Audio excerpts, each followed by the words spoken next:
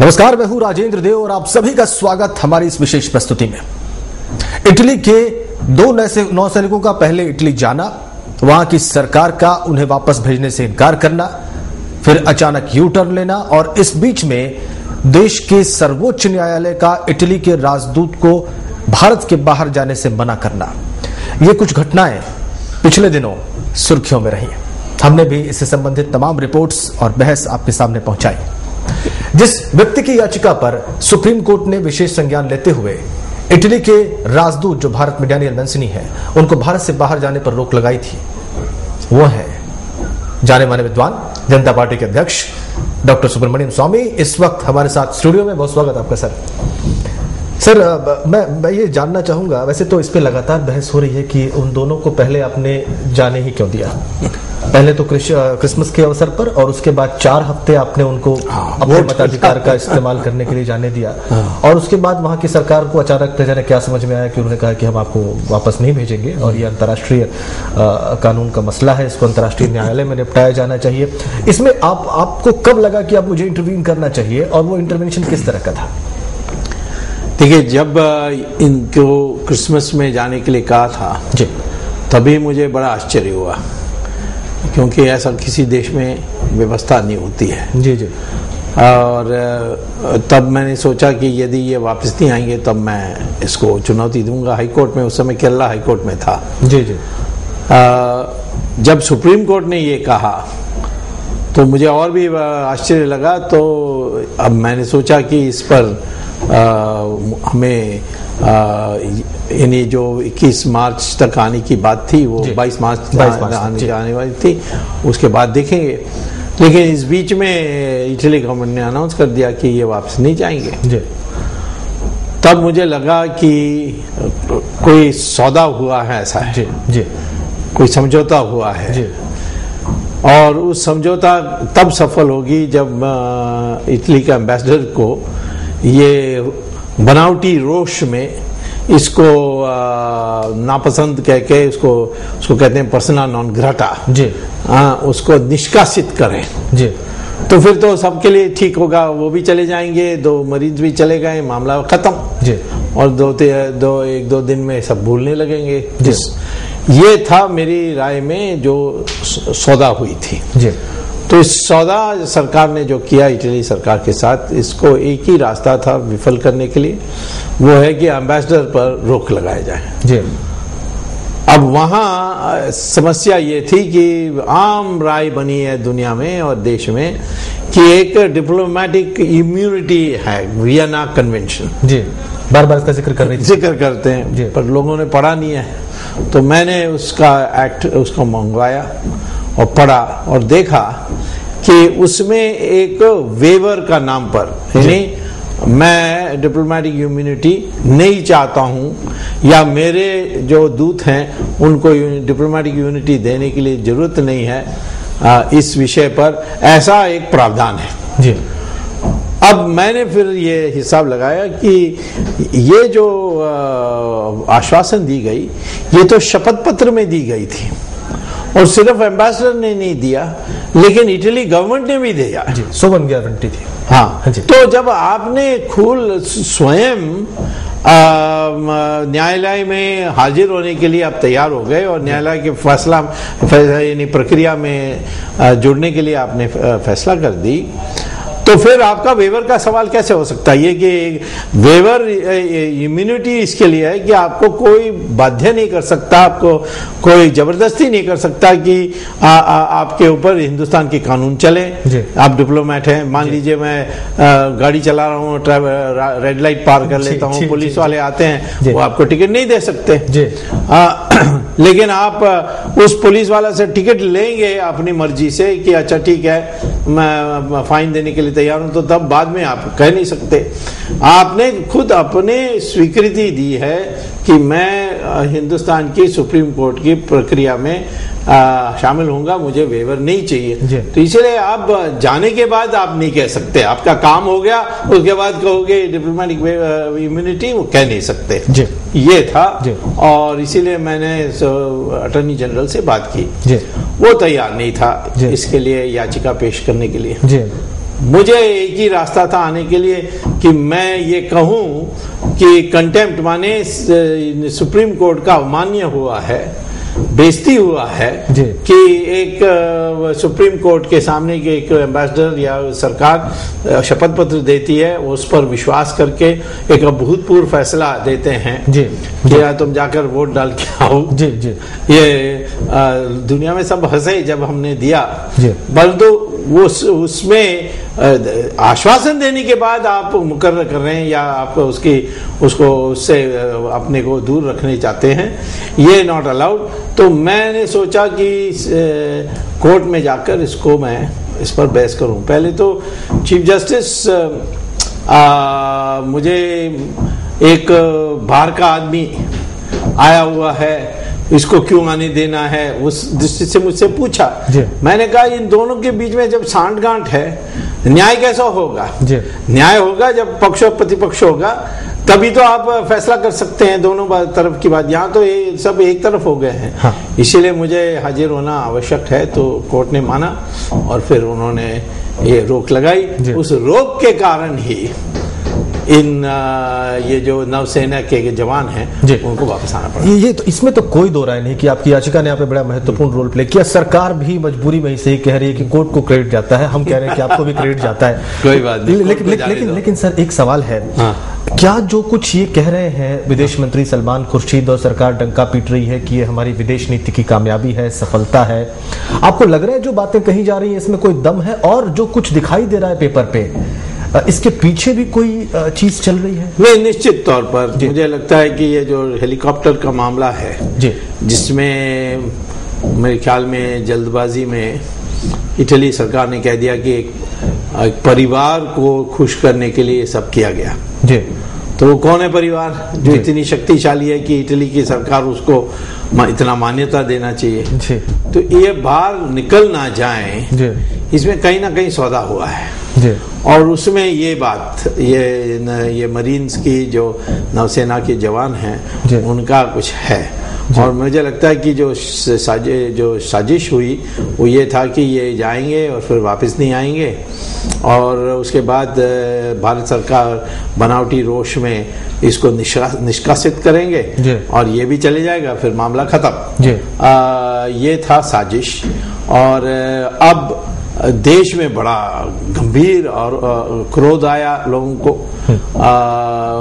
तो तब ये सरकार अपने बचाव के लिए ये कहने लगे कि हमारी बड़ी जीत हुई। हमने क्या कहा? उन्होंने कोर्ट में कभी नहीं कहा कि इसको रोको।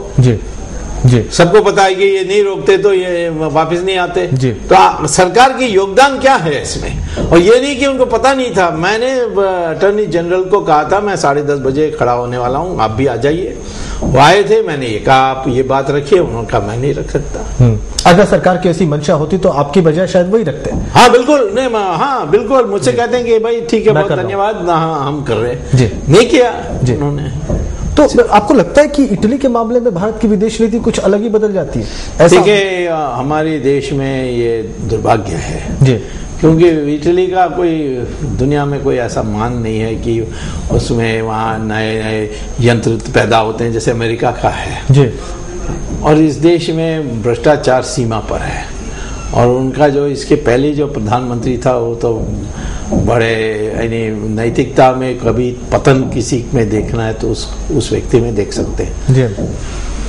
लेकिन क्या है कि एक इम्प्रेशन बनाई गई कि इस देश में हर निर्णय में सोनिया गांधी और उनके परिवार हावी है। और मुझे लगता है एक बात मेरे ऊपर इस बात पर भी चिढ़ाई, और ये जो प्रसारण होना चाहिए था या पब्लिसिटी होनी चाहिए थी मेरे योगदान का, उसको दबाया गया सरकार के तरफ से, इसीलिए कि वो वहाँ इटली के पेपर में बहुत हमारे फोटो के साथ फ्रंट पेज में बहुत विस्तार से उन्होंने पब्लिश किया। लेकिन यहाँ हिंदुस्तान में यहाँ क्योंकि ये कि आज देश में कानून को का प्रक्रिया शुरू करने के लिए कोई व्यक्ति कर सकता है जो पावर में नहीं है, ये बात को दबाने चाहते हैं। तो इटली के साथ शुरू से मैं 1981 से जानता हूँ, उसके पहले भी हुआ होगा, हर बात पर इटली को एक स्पेशल एक अवसर था। जी। हर कॉन्ट्रैक्ट में उनको पहले मिलती थी जी। यदि वो नहीं चाहते तो दूसरे के सोचते थे जी। अब ये हेलीकॉप्टर में भी ऐसे बिल्कुल, इसमें तो साबित हो गया ऑलमोस्ट। देखिए कोर्ट में एक मामला चल रहा है, तो डिफेंस मिनिस्टर ने कह दिया कि भ्रष्टाचार हुआ है, भ्रष्टाचार हुआ है। बहरहाल ये तय है कि जो कुछ दिख रहा है इस डील के पीछे, उसके पीछे भी कुछ सत्य है। डॉक्टर स्वामी यहाँ स्टूडियो मौजूद हैं। विदेश नीति एक ऐसा विषय है जो लगातार सवालों के दायरे में है। भारत सरकार की जो विदेश नीति है, फॉरेन पॉलिसी है। अभी तो हम सिर्फ इटली की बात कर रहे थे, क्या श्रीलंका के मसले पर भारत सरकार ठीक कर रही है, और ओवरऑल भी क्या भारत की विदेश नीति और जो दूसरी महत्वपूर्ण नीतियां हैं वो सही दिशा में है? इस पर हम डॉक्टर सुब्रमण्यम स्वामी से कुछ प्रश्नों के उत्तर लेंगे इस बहुत छोटे से ब्रेक के बाद।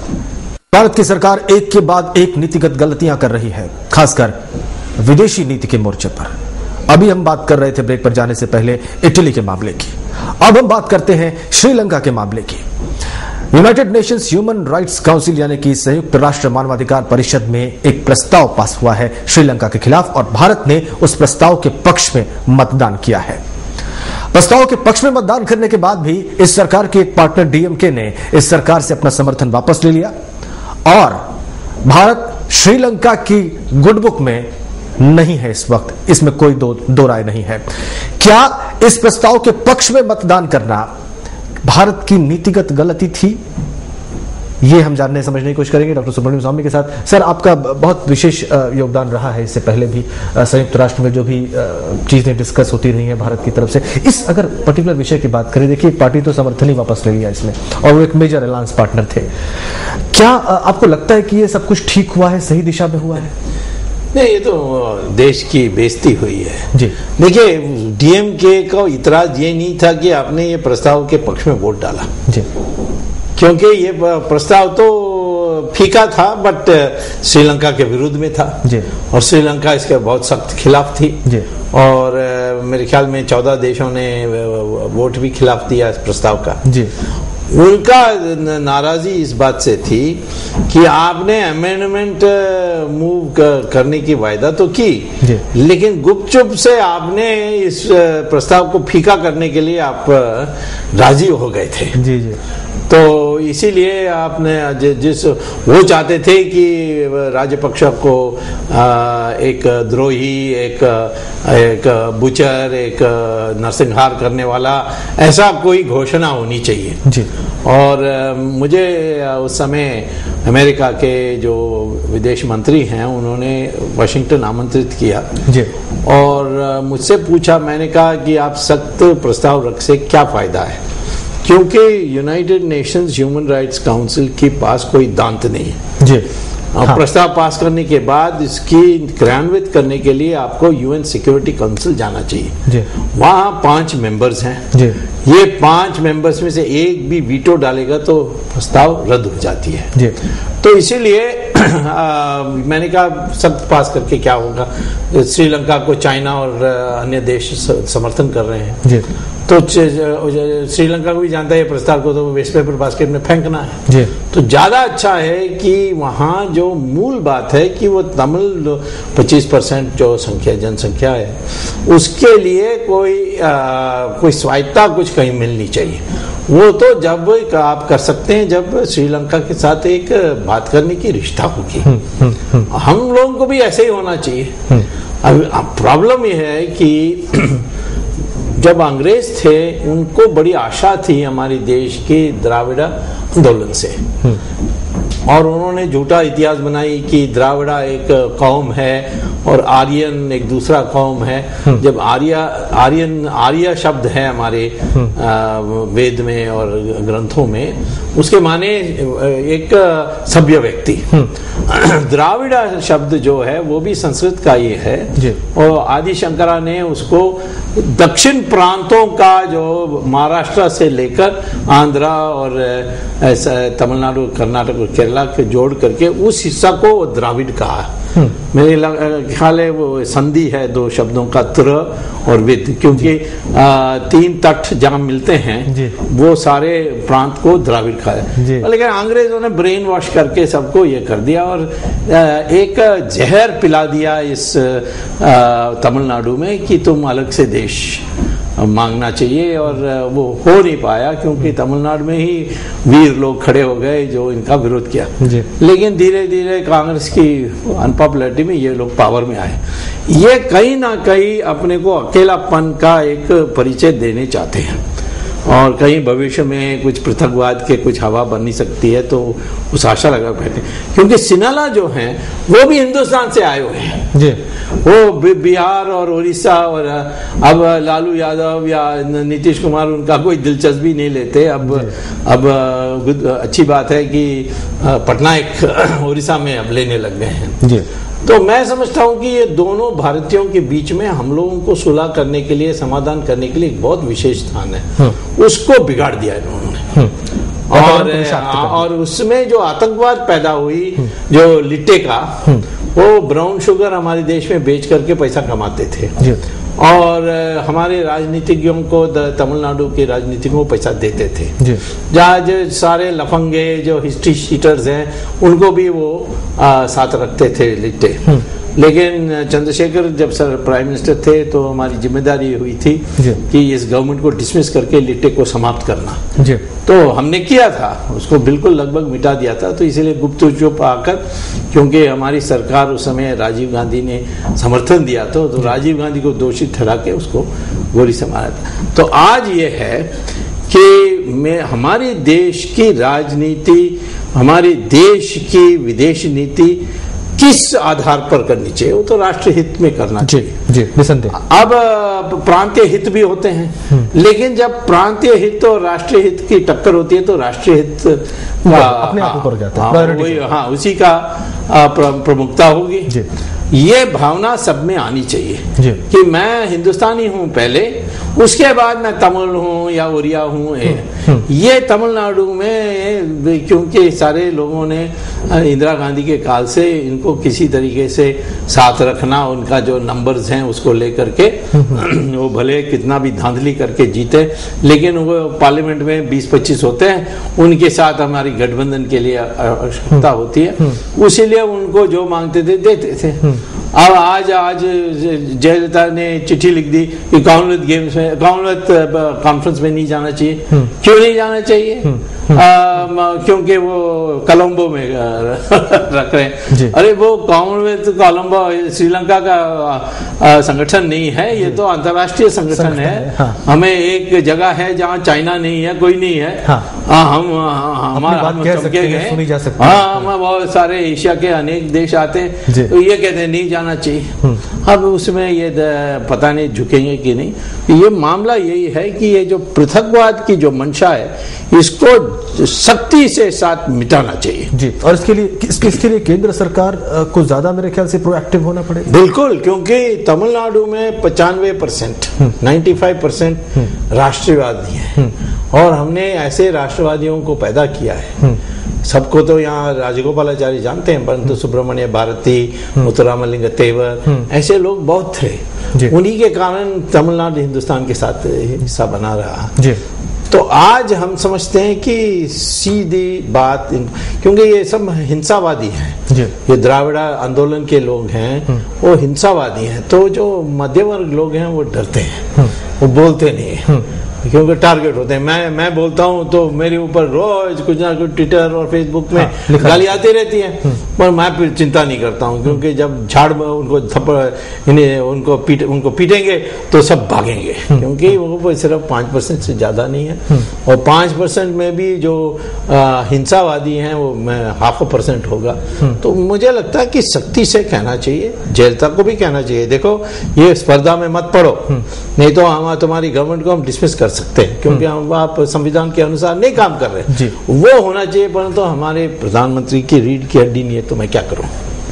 और ये इस सरकार से पहले भी संभवतः इस प्रकार की बातों को हवा दी जाती रही है, क्षेत्रवाद को हवा दी जाती रही है। इससे पहले ये 2004 के बाद ज्यादा हुआ, एनडीए काल में भी हुआ था। देखिए बीजेपी के सरकार ने राम सेतु को तोड़ने की जो परियोजना जिसमें हम कल बात कर रहे थे जी। वो क्योंकि डीएमके उनके साथ थी जी। तो ये क्या हो गया, ये किसी तरीके से चलाओ, वही है।